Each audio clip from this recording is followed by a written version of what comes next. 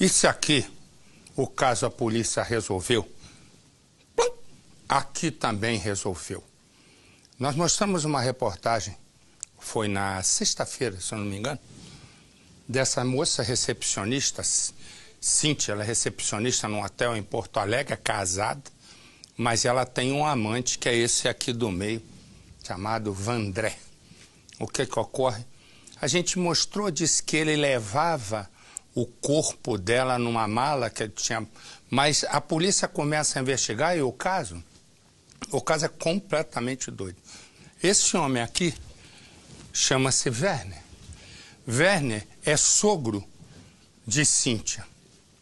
Ele descobre que Cíntia tem esse amante ali no meio. O que ele faz? Ele vai de surpresa na casa da nora e a pega, né? E pega a mulher em flagrante com o amante num sapé que há. O que ocorreu? O sogro foi, matou a nora. Olhou para esse aqui, segundo me conta, logo que eu cheguei, o nosso Roberto Munhoz, disse o seguinte: olha, agora, não é sua amante? É. Então tá aqui, ó. Ele pegou, colocou o corpo dela numa mala e disse: agora você leva a mala até Santa Catarina, o crime foi em Porto Alegre, para esconder o corpo. Lembra que tem uma imagem? Pode até mostrar a imagem para mim, por favor? Repara, lembra a imagem? Pode soltar a imagem.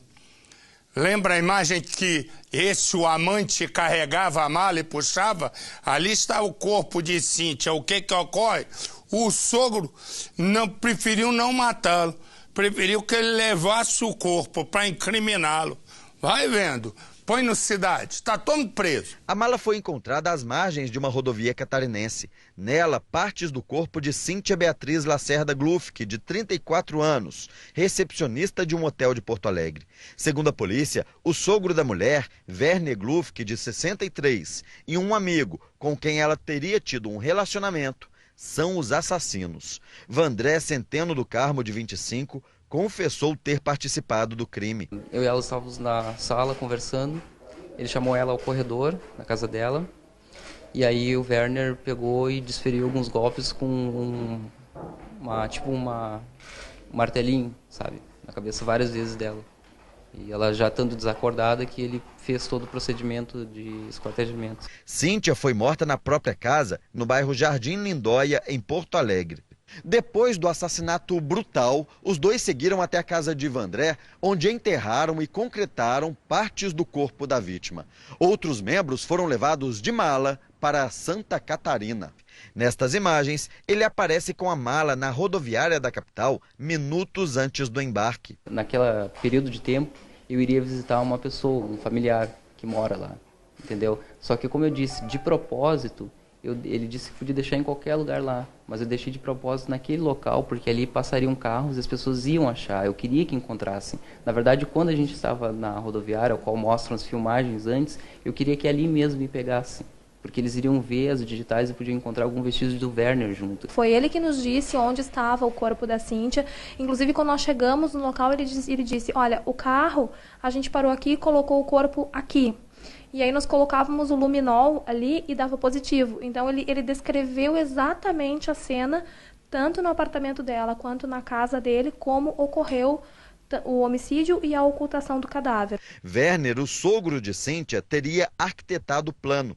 O motivo de Vandré seria a pressão da mulher para continuar um caso amoroso. Foi a alegação dele, né, que ela seria, digamos, má com ele no tratamento, reclamando, né, da falta de agilidade ou de inteligência dele para resolver algumas questões de trabalho, não é? Diminuindo a condição dele de inteligência, né, de esperteza e, de certa forma, sendo agressiva. A polícia pediu a prisão preventiva de Vandré, mas a juíza que estava de plantão negou. Vandré não chegou a ficar 12 horas em liberdade. O Ministério Público entrou no caso e, junto com a polícia, conseguiu a prisão preventiva dele e também de Werner. Outras 3 pessoas também são suspeitas de terem ajudado na ocultação do cadáver. E é exatamente para falar da questão e também dessas 3 pessoas que a polícia procura e que a gente, até o momento em que fechava a reportagem, não tinha certeza se essas 3 pessoas, né, ainda não tinha se confirmado se elas tinham sido presas ou não. E a nossa Lisandro Gato, então, tem todas as informações. Boa noite, Lisandro. Olá, boa noite a todos. Olha, Marcelo, por enquanto não. Essas 3 pessoas, a polícia ainda está colhendo elementos para daí sim conseguir uma prisão preventiva. Por enquanto estão presos o Vandré e o Werner, o sogro da Cíntia. O Vandré, que confessou a autoria do crime, detalhou aí todo o passo a passo que ele e o idoso teriam executado, né? Então, para matar a vítima e depois se livrar dos restos mortais. De acordo com a polícia, essa versão é muito detalhada, é muito coerente. Por isso até que foi pedida a prisão preventiva do Werner, o suposto comparsa. Esse senhor, então, esse idoso, segue negando qualquer participação e, inclusive, a polícia, nesse momento, também investiga os álibis apresentados por ele, Marcelo. Ok. Obrigado, Lisandro. Pensa no seguinte. O nome desse aí...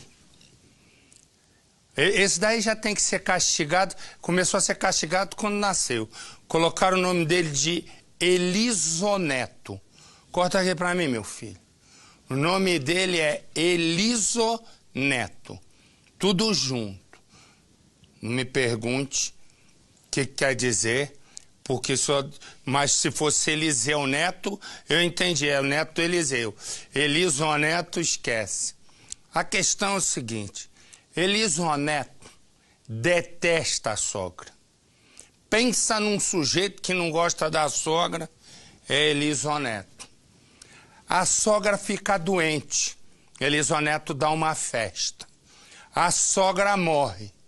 Ele vai ao velório para confirmar que a sogra morreu. Quando ele sai de lá na porta do cemitério, Elisoneto olha e diz: já foi tarde essa velha. E sai embora. Aí, resumo. Aí ele tem uma ideia. Qual é a ideia? A ideia dele é ir pro bar comemorar a morte da sogra. Engraçado, eu tive sogra, já casei algumas vezes. Eu nunca tive problema com sogra. Eu não sei por que tem gente que tem problema com sogra. Eu nunca tive, pelo contrário. Todas me tratavam com um carinho absurdo. Resumo. Aí o que acontece? Quando ele entra no bar, ele diz: vou tomar uma sem passar régua para comemorar a morte daquela jararaca. E ele diz: os amigos chegam, tá Elisoneto rindo.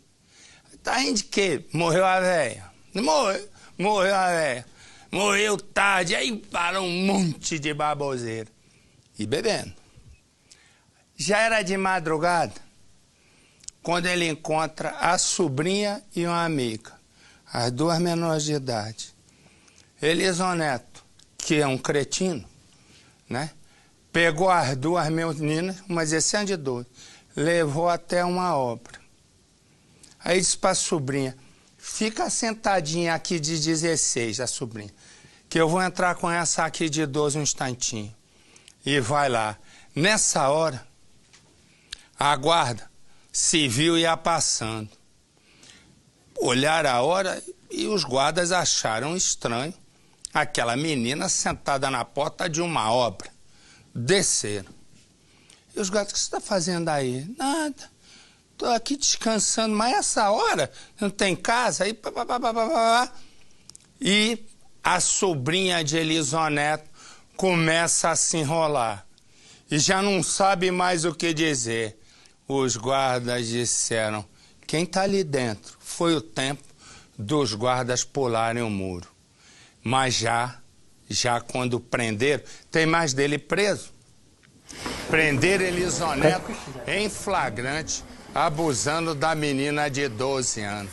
Elisoneto começou o castigo com nome.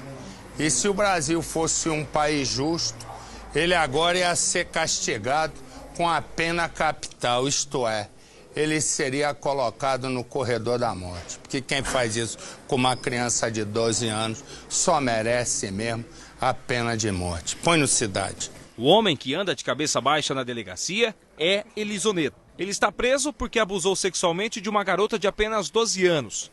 A menina é amiga da sobrinha dele. Tudo aconteceu perto de um bar, onde Elizoneto estava desde o começo da noite. E por um motivo que você não vai acreditar. Elizoneto chegou no bar por volta de 10 horas da noite e disse para os amigos que aquela noite era uma noite de comemoração. Os amigos perguntaram, querendo saber o motivo de tanta alegria. E Elizoneto, acredite se você quiser, respondeu que estava feliz assim porque tinha acabado de chegar do enterro da sogra. Foi nesse momento que Elizoneto encontrou a sobrinha de 16 anos e uma amiga dela de apenas 12. Aí, a comemoração virou caso de polícia. Era por volta de 5h30 da manhã quando Elizoneto caminhava nesta calçada em sentido à casa onde ele mora com a família. Bem em frente à boate, ele encontrou duas meninas. A sobrinha que tem 16 anos, mais uma amiguinha dela de 12. As meninas assustadas disseram para ele o seguinte: olha, não conte para os nossos pais que você viu a gente saindo aqui da boate. Ah, para onde vocês estão indo? E elas disseram: a gente está indo embora para casa. Ele falou: eu também. Então vamos caminhar juntos. E saíram os três aqui, caminhando nesta direção. Mas quando chegaram em frente àquela obra, aquela construção, a conversa tomou um rumo diferente. Aqui, Elizoneto disse para a sobrinha o seguinte: olha, gostei muito da sua amiguinha. Ela disse: minha amiguinha também gostou muito de você, tio. É. E bem aqui em frente, o que aconteceu?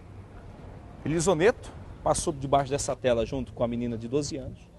Eles subiram juntos essa rampa e foram para dentro da construção. A sobrinha dele, de 16 anos, ficou aqui na frente, vendo toda a movimentação da rua. Passa quem na hora? A Guarda Civil Metropolitana.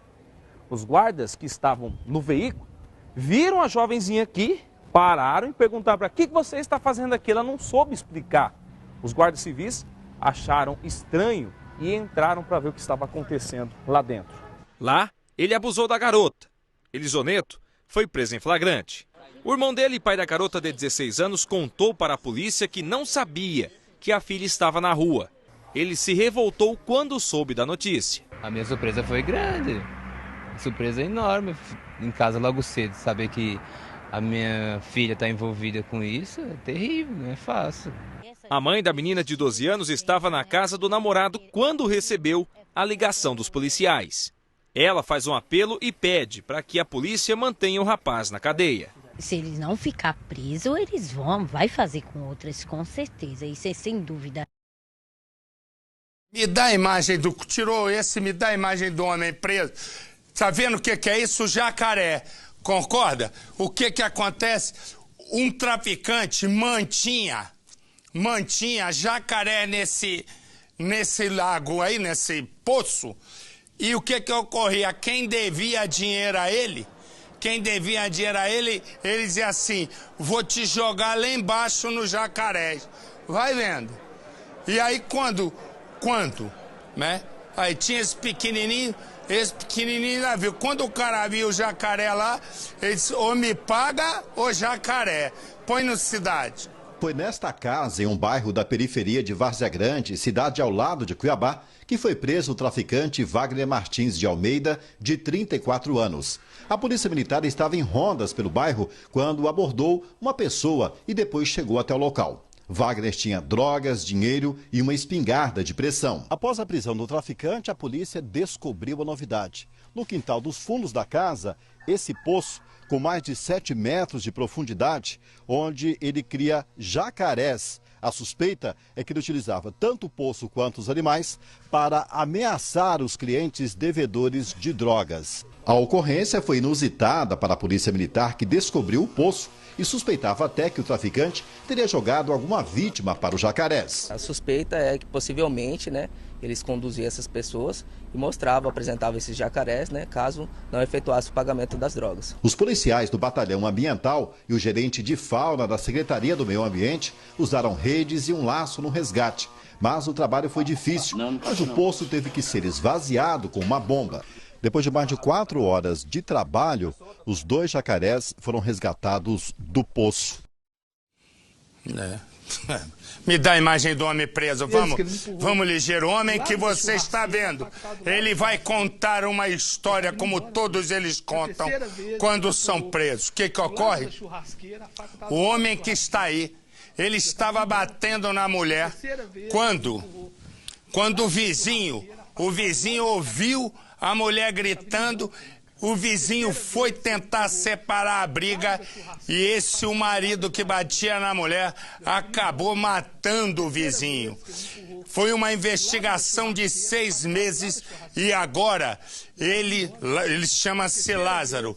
Ele confessou o crime, mas disse assim: eu fui provocado pela vítima.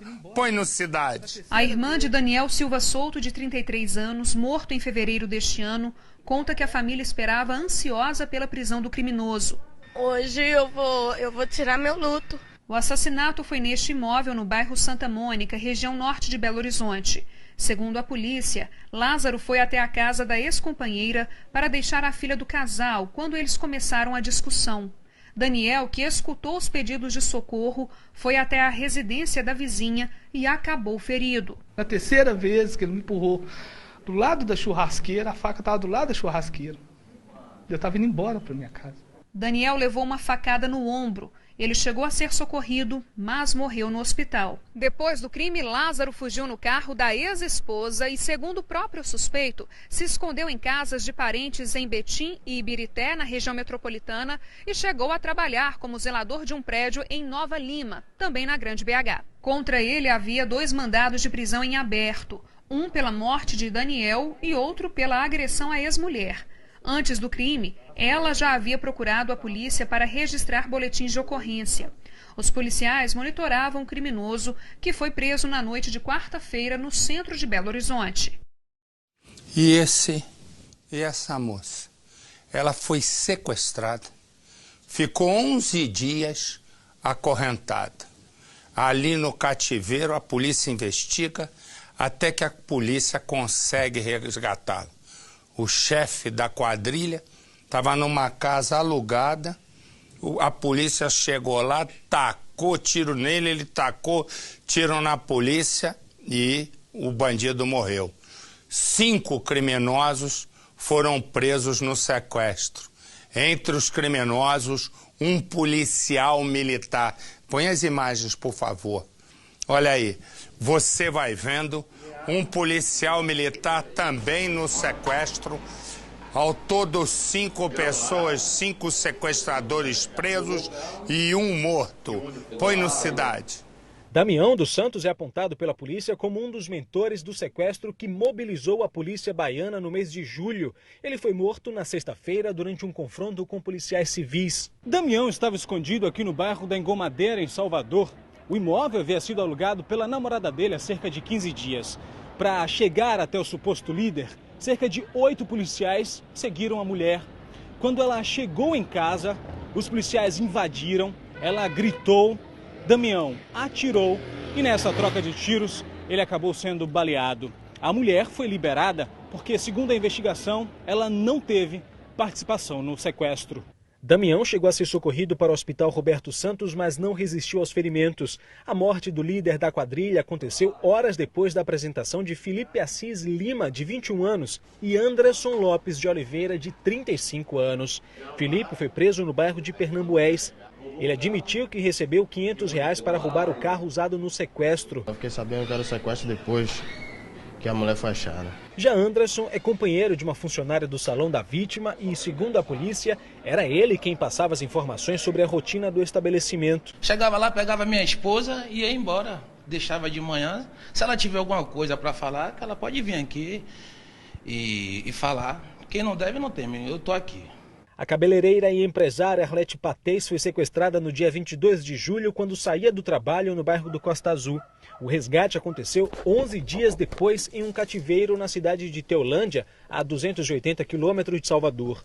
Investigadores do Departamento de Repressão ao Crime Organizado encontraram a vítima acorrentada a uma cama.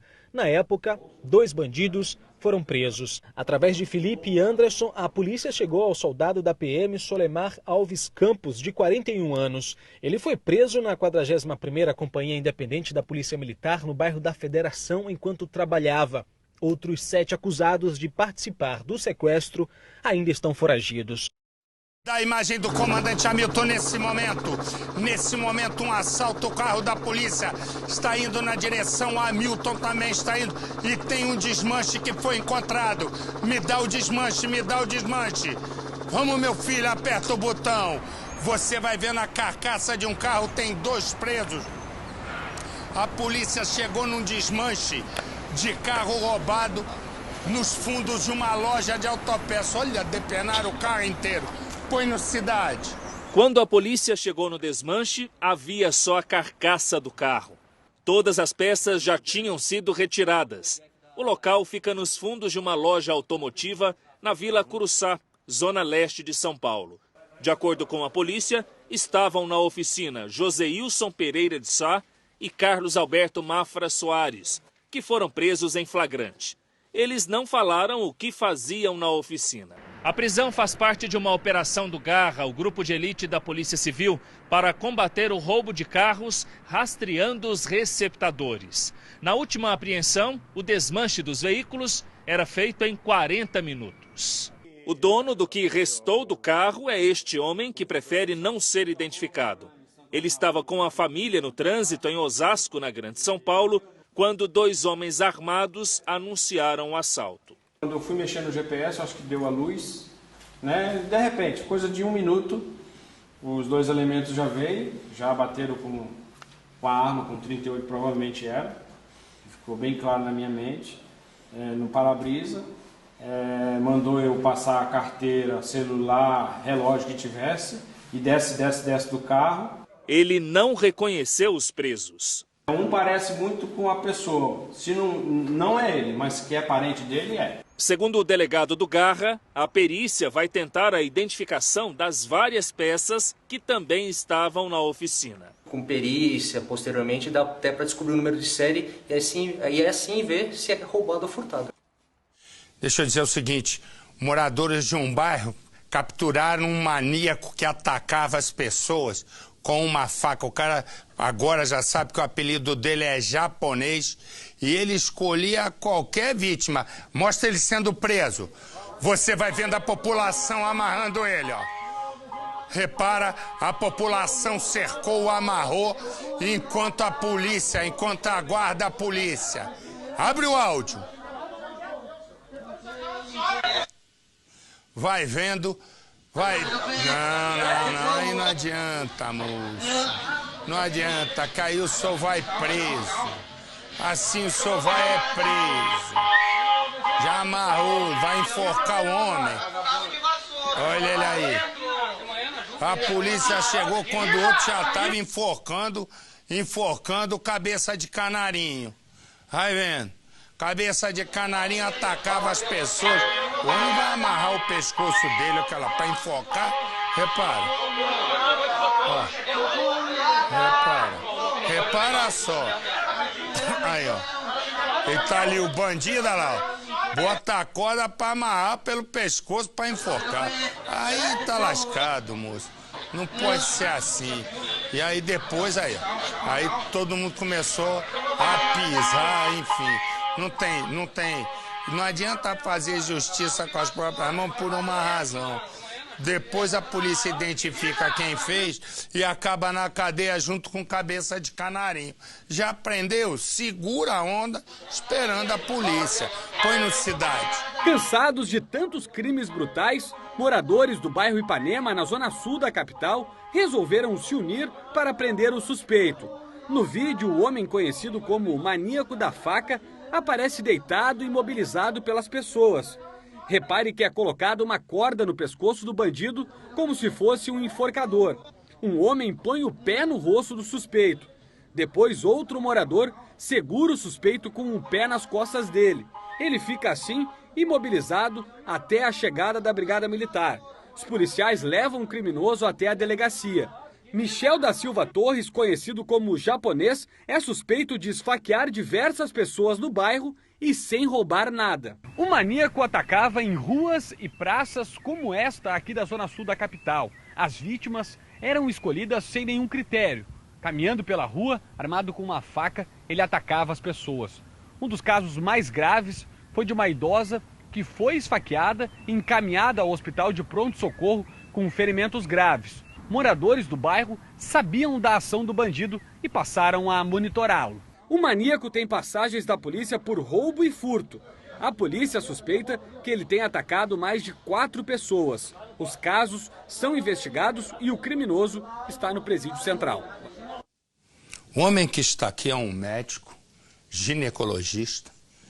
O nome dele é Pedro Ramos. Ele está sendo julgado agora em Ariquemes, no interior de Rondônia. Eu conheço Ariquemes. Ariquemes é uma cidade onde tem o maior garimpo a céu aberto no mundo. E malária lá é igual passarinho no meio da floresta. É malária para tudo que é lado. Foi uma das imagens mais impressionantes que eu já vi na minha vida, foi nesse garimpo em Ariquemes. E eu me lembro até hoje, olha que isso daqui eu vou te dizer, sabe que ano foi isso?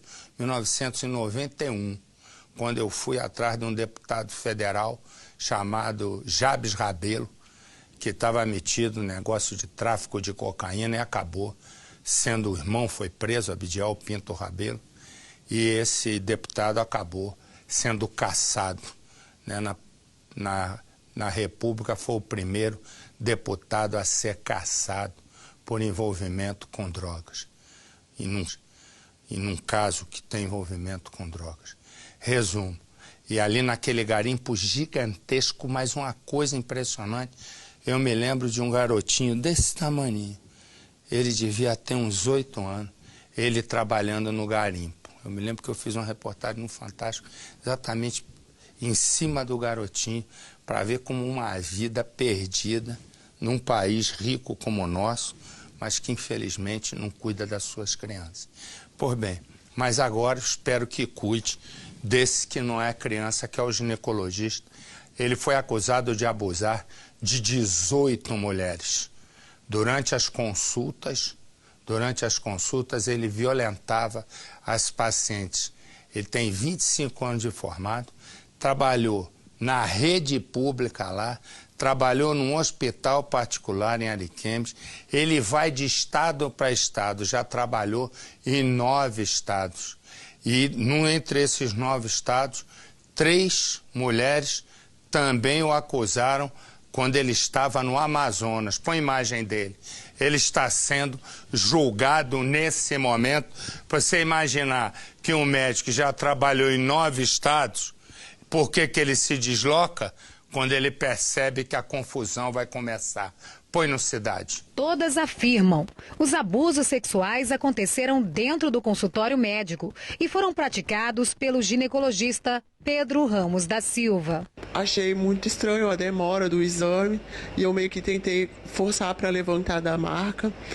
E aí foi no momento que eu meio que empurrei ele, assim, e eu vi que o zíper da calça dele estava aberto. Depois desta denúncia, outras 17 mulheres procuraram a Delegacia da Mulher em Ariquemes, interior de Rondônia, e deram depoimentos semelhantes. Eu estava com o olho tapado porque eu estava com vergonha daquela posição que eu estava, né? Aí quando eu abri meu olho, eu percebi que ele estava fazendo, com olhos fechados, dando suspiros, né? Foi onde eu percebi que aquele não era normal. Pedro Ramos da Silva é natural de Rio Pardo, no Rio Grande do Sul. Hoje está com 58 anos e, segundo ele mesmo, há 25 é formado em ginecologia. Aqui em Ariquemes, ele atuou na rede pública de saúde e em um hospital particular. Sou ginecologista obstetra há 25 anos. Profissão que exerceu em 9 estados brasileiros. Em um deles, deixou para trás um histórico parecido. Em Canutama, no Amazonas, outras 3 mulheres afirmam que foram molestadas durante as consultas. Pedro Ramos está preso preventivamente aqui na Casa de Detenção de Ariquemes desde o dia 2 de março, pelas denúncias formalizadas contra ele aqui na cidade. Todos os recursos que a defesa tentou para revogar a prisão foram negados pela Justiça. O julgamento pelo estupro das 18 vítimas está em andamento na comarca da cidade. Esta dona de casa é uma das 18 mulheres que afirmaram em juízo terem sido abusadas sexualmente por Pedro Ramos da Silva durante consultas ginecológicas. Mas a diferença neste caso é que ela diz que foi dopada nos 2 primeiros atendimentos em que buscava tratamento para sequelas de um aborto espontâneo. Suspeitei que não tinha nenhuma enfermeira na sala. E quando ele me atendeu, ele falou assim, vou aplicar um pouco de sedativo. Quando eu olhei a seringa estava cheia de sedativo. Ele falou que seria um pouco, em 3 segundos eu apaguei. Só estava eu e ele. Na terceira consulta estava consciente e percebeu que o procedimento estava fora do normal. Eu vi que o procedimento estava demorando muito. Eu olhei para ele estava com os olhos fechados, esboçando prazer ali, e quando eu olhei ele estava com o corpo encostado em mim e com os braços em cima das partes íntimas, né, e o corpo encostado em mim. E eu falei para ele, doutor, isso é normal? Ele falou, sim, é porque você está com infecção e eu não estou conseguindo saber onde está a infecção. A dúvida sobre o que pode ter acontecido enquanto estava sedada se transformou em síndrome do pânico.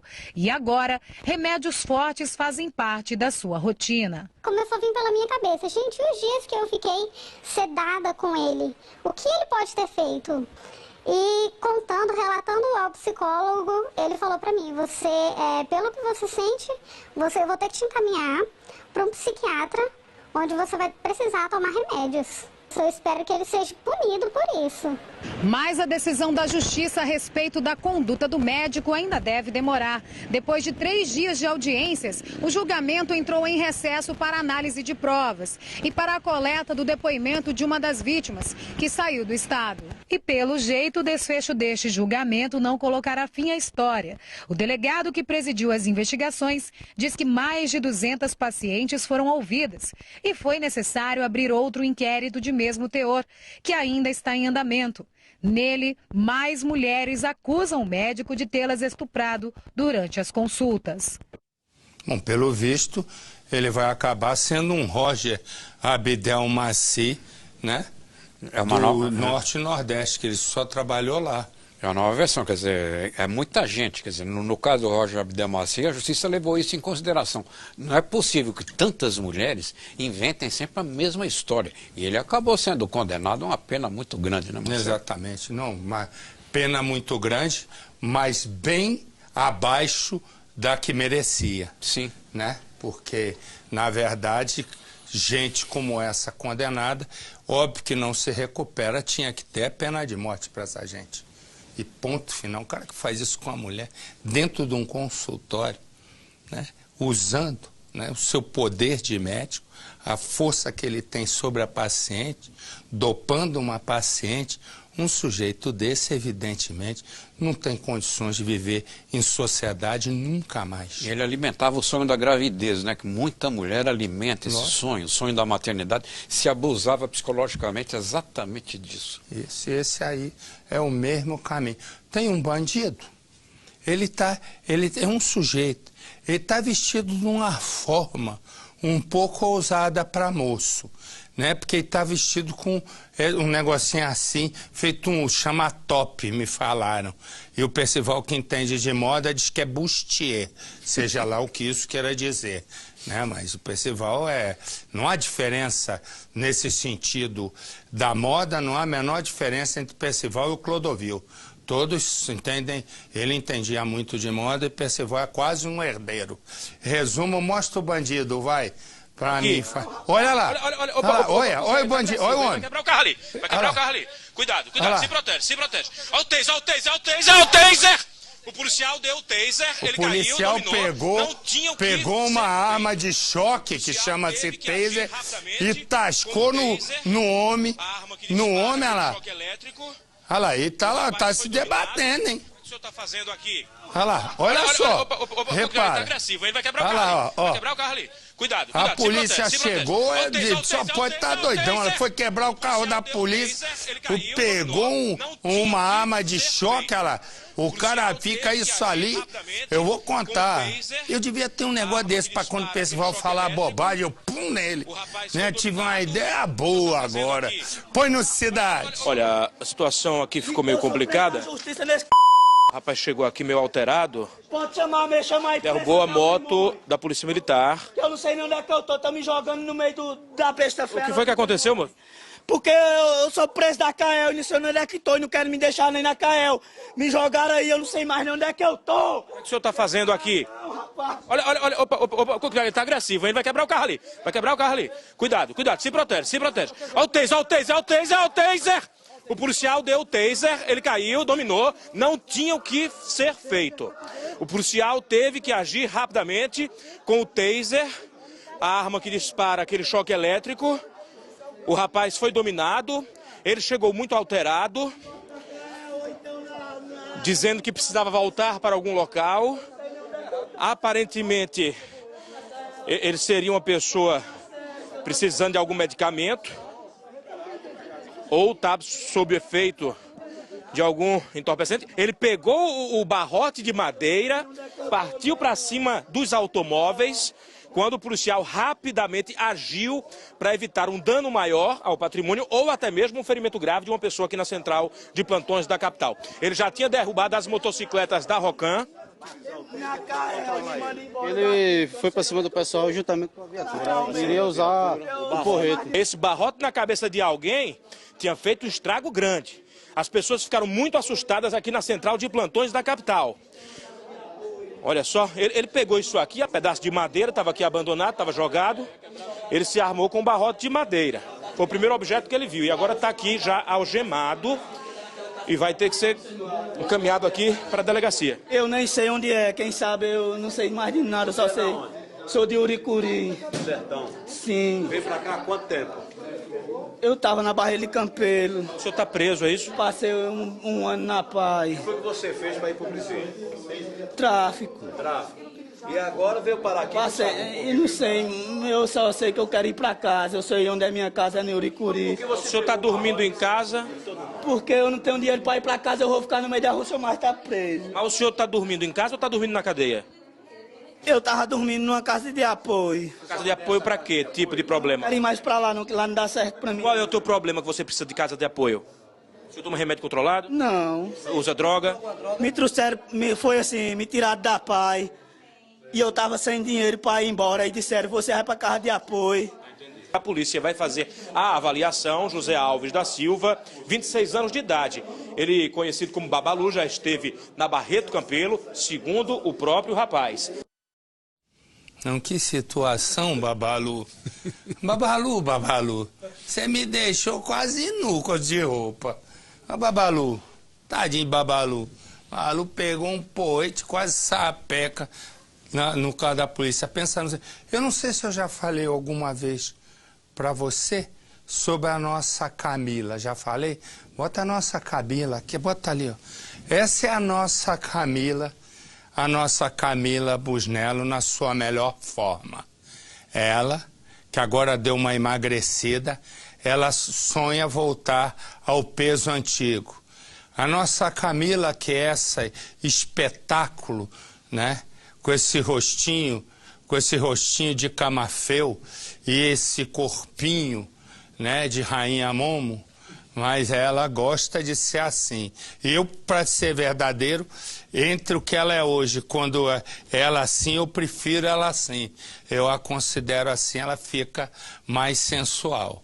Mas não é sobre sensualidade que nós estamos falando da nossa Camila, e sim sobre a precisão que ela é como repórter. Magra ou na melhor forma física, ela sempre vai no ponto da questão. E o ponto da questão é este homem. Este homem, aqui em São Paulo, era procurado. Um assassino em série. Nós chegamos a mostrar a prisão, mas não contamos a história dele.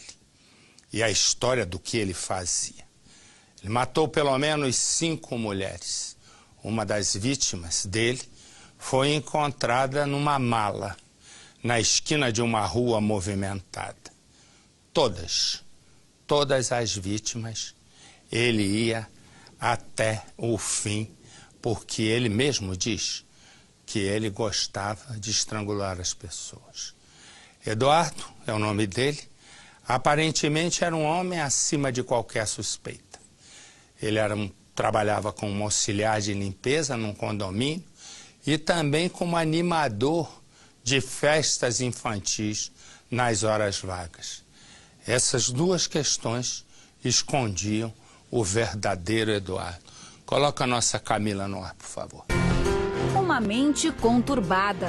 Eu fiquei nervoso, não foi empenhado. Com as próprias mãos. Um homem cruel.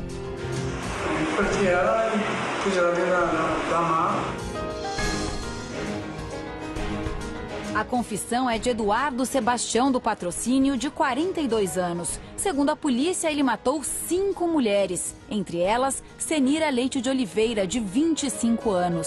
Eu fiquei estressado, nervoso. Todas as vítimas eram usuárias de droga, costumavam se prostituir para sustentar o vício e não conseguiram se defender do ataque. A polícia chegou até o auxiliar de limpeza depois de localizar a dona da mala usada para esconder o corpo de uma das vítimas. A etiqueta de uma companhia aérea foi a principal pista. Eduardo vivia sozinho próximo ao irmão no Itaim Paulista, na zona leste de São Paulo. Eduardo morava aqui nos fundos dessa casa. Ele morava aqui nesse cômodo. E a casa foi lacrada pela polícia. Daqui da janela a gente pode ter uma ideia de onde ele vivia.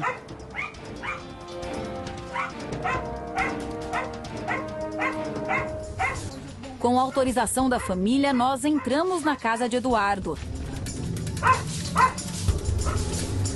É possível ver alguns entulhos, uma mala, tapetes. Ele também guardava algumas fantasias como esta de Papai Noel. Nas horas vagas, Eduardo fazia bicos como animador de festas infantis. De jeito nenhum. O irmão dele aceitou gravar entrevista, mas sem mostrar o rosto. Ele conta que Eduardo levava uma vida normal, acima de qualquer suspeita. Não aparentava nada assim que pudesse demonstrar qualquer comportamento agressivo, qualquer diferença no seu comportamento do seu dia a dia. Então, jamais ia passar pela cabeça de nós, familiares ou amigos, que ele seria capaz de fazer um negócio desse. Um assassino de vida dupla. Durante o dia, Eduardo era um homem trabalhador e quieto, mas à noite se transformava. E era capaz de cometer crimes com requintes de crueldade. Todas foram estranguladas. Para o delegado, uma espécie de marca deixada pelo criminoso. Você procurava elas, então, com que intenção? De praticar o ato sexual. E chegava na hora, se não conseguia. A história de Eduardo é parecida com a de Francisco de Assis Pereira, o maníaco do parque. Em 1998, o motoboy foi condenado a 271 anos de prisão pela morte de 7 mulheres e 9 estupros em São Paulo. O maníaco do parque agia como Eduardo, estrangulava as vítimas. Ele também admitiu ter problemas sexuais. Os corpos eram abandonados pelo assassino em série no bairro onde mora, a poucos quilômetros um do outro. Senira Lopes de Oliveira foi a 5ª vítima. Nós chegamos a ver nitidamente a mala daquela janela, se conseguir filmar lá. A gente viu a mala fechada, junto com a cabeça da menina lá de fora da mala. Este outro morador do Itaim Paulista já tinha visto Senira no bairro e reconheceu o corpo dela. Aqui próximo tinha uma boca de fumo, né, de crack, e foi fechada essa boca, mas mesmo assim ela voltava sempre aqui. A família tentou ajudar Senira a largar o crack. Seu Najib viu a filha pela última vez 20 dias antes do crime. O negócio de sair e não voltar, a gente ficava com problema. Difícil nem de falar até. Sempre a gente dava preocupação, né?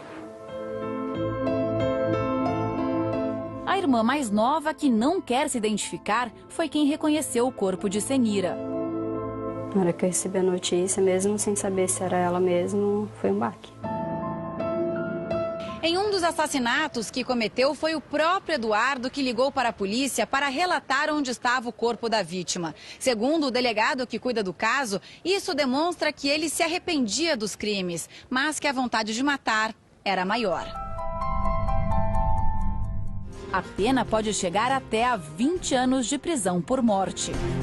A irmã de Senira espera que Eduardo não seja solto. Ele podia continuar fazendo a mesma coisa, né? Ele matou 4 antes dela, ele podia continuar fazendo a mesma coisa.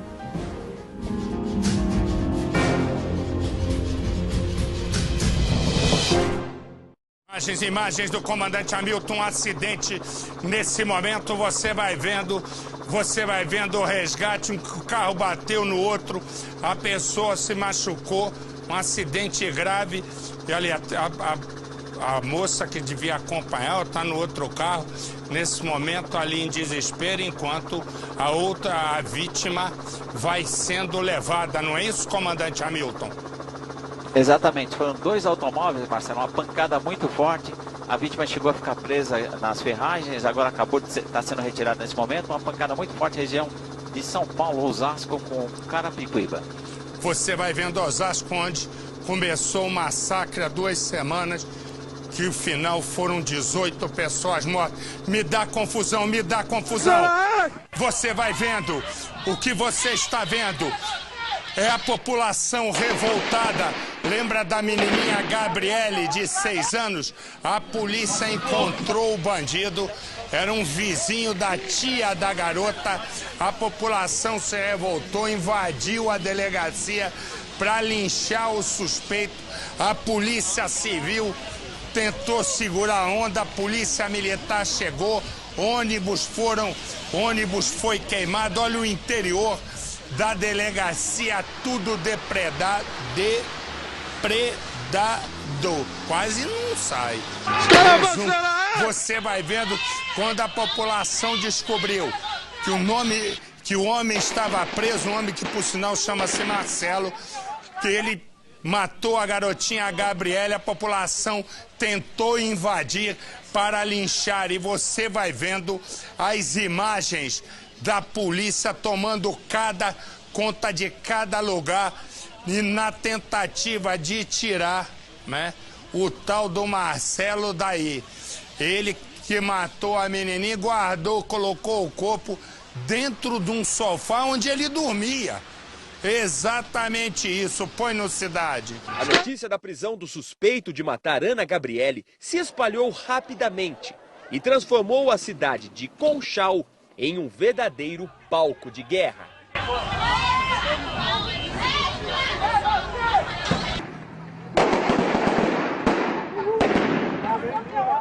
O tumulto ocorreu porque alguns moradores da cidade, indignados com a morte da menina de 6 anos, tentavam linchar o suspeito, Marcelo Pedroni, de 30 anos, vizinho da tia de Ana Gabriele.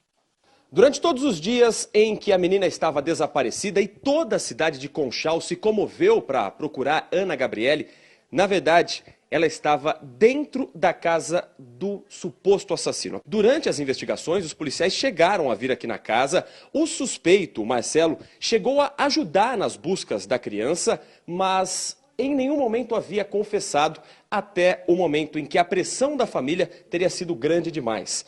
Aqui é o quarto do casal, onde o suspeito dorme com a esposa, e o que chama a atenção é o fato desse suposto criminoso ser pai.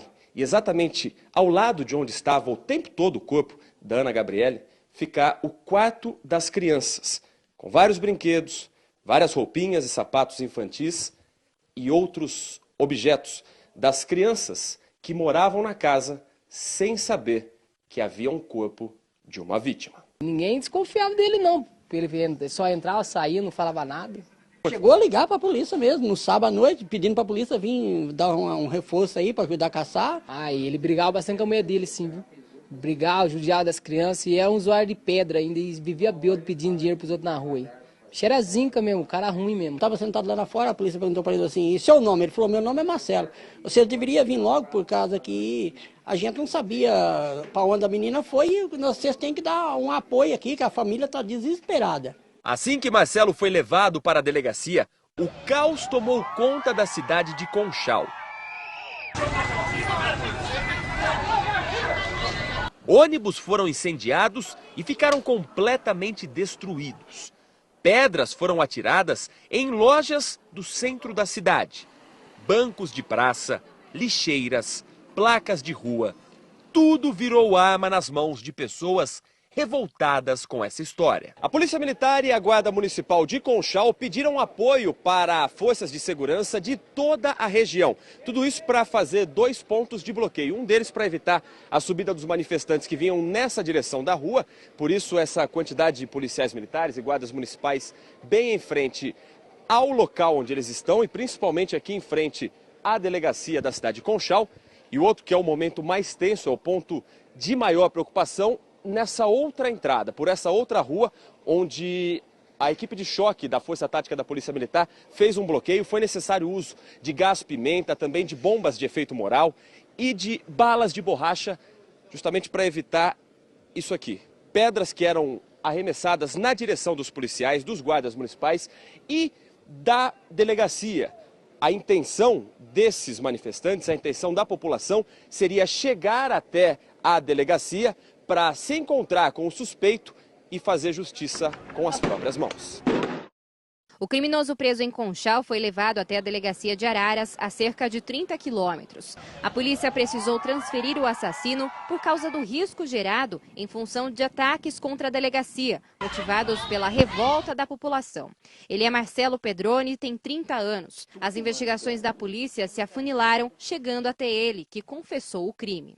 O homem que matou a pequena Ana Gabriele, que todos procuravam, estava o tempo todo no andar de baixo do apartamento onde ela foi vista pela última vez. O criminoso manteve o corpo da pequena Ana Gabriele dentro do sofá da casa dele durante os dias em que ela esteve desaparecida. Tudo leva a polícia a acreditar que o assassinato de Ana Gabriele tenha acontecido por um simples erro de percurso. Quando a criança desceu as escadas do prédio onde mora a tia, atrás dela e da prima, ela errou o caminho e acabou entrando em um apartamento que fica no andar de baixo e estava com a porta aberta. O homem que estava lá dentro, quando viu a criança entrando, não deixou ela escapar. A polícia começou a vistoriar as casas ali. E numa casa que tinha isopor era justamente desse autor.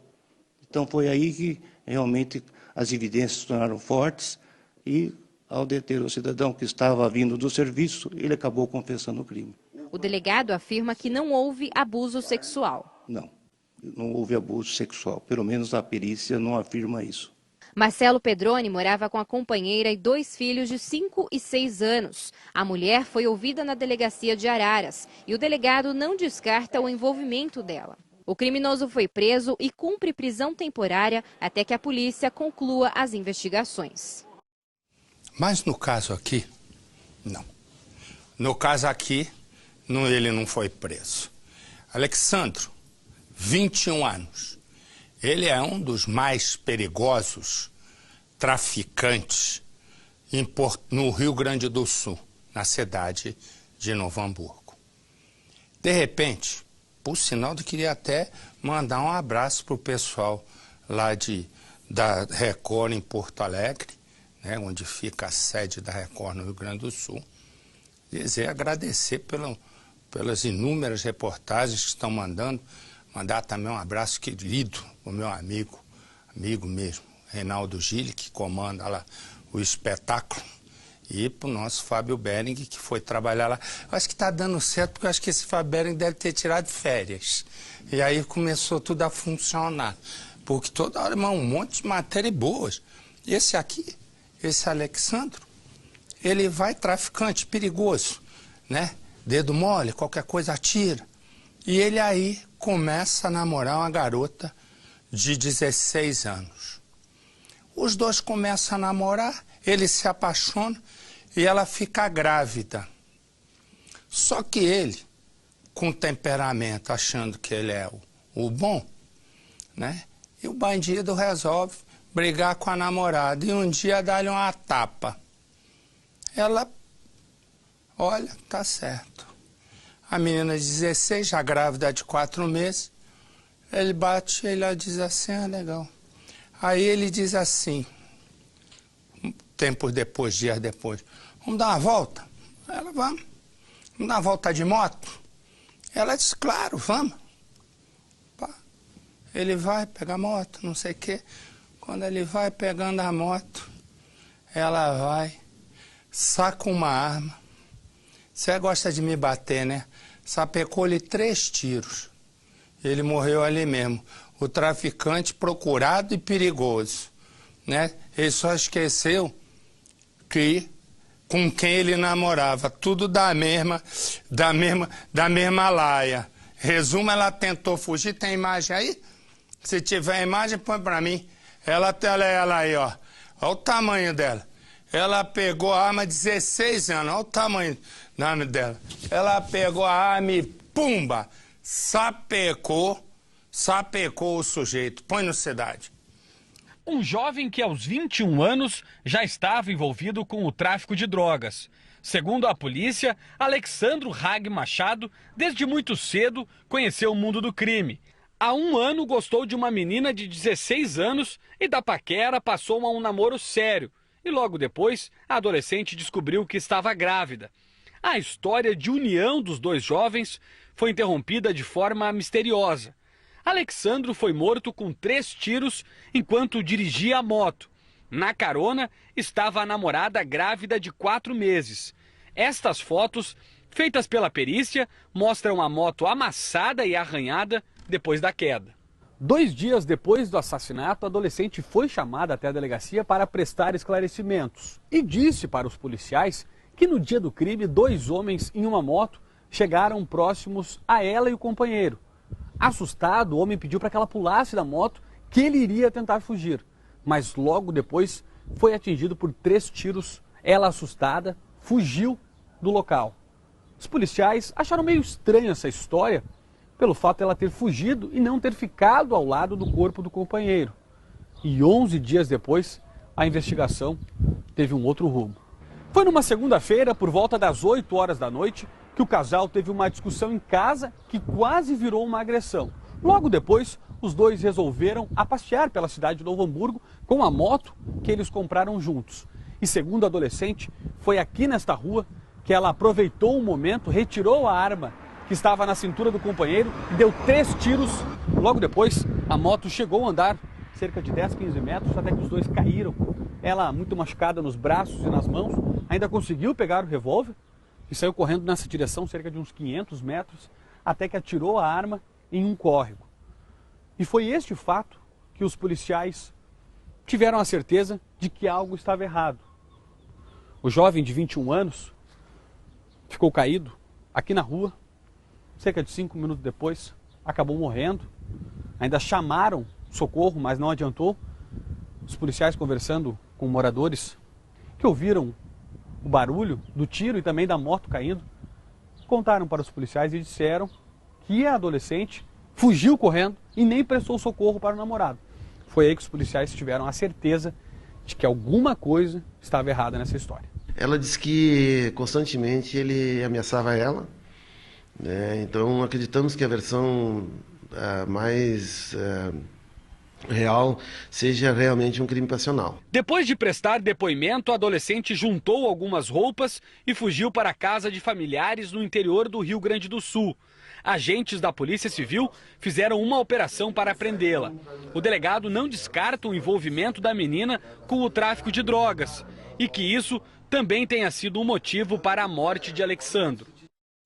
E esse aí que você vai vendo, você está entrando, onde uma quadrilha roubava e desmontava caminhões. Eles roubavam o caminhão, chegava, rendia os caminhoneiros, aí 2 deles presos, rendiam os caminhoneiros, levavam os caminhoneiros reféns, mostra o rosto aí, ô bonitão. Fazia o caminhoneiro refém, e passava para receptador as cargas e desmontava os caminhões para vender. A polícia estava monitorando e deu um bote só, põe no cidade. Esses 4 homens foram flagrados quando tentavam roubar uma carreta em Cordeirópolis. A polícia acompanhava o bando de perto há 2 dias, depois de interceptar, com autorização da justiça, conversas da quadrilha por telefone. 5 dias antes, um outro caminhão roubado na cidade foi recuperado num galpão em Valinhos. O veículo, avaliado em R$400 mil, já tinha sido desmanchado e a cabine colocada em outro caminhão para ser transportada. 5 pessoas foram presas na operação. Os ladrões usavam um caminhão para se infiltrar em pontos de parada dos motoristas, como postos de combustíveis. Nesses locais, eles escolhiam as vítimas. Em bando, quebravam o vidro do veículo e sequestravam o caminhoneiro. Enquanto parte da quadrilha mantinha o refém por até 12 horas sem qualquer comunicação, a outra era a encarregada de levar a carga ou o caminhão até os receptadores. Todos eles possuem passagem por crime de receptação de caminhões, eles têm passagem por homicídio. As investigações continuam para prender outros suspeitos identificados. A polícia acredita que a quadrilha tenha ramificações em outros estados.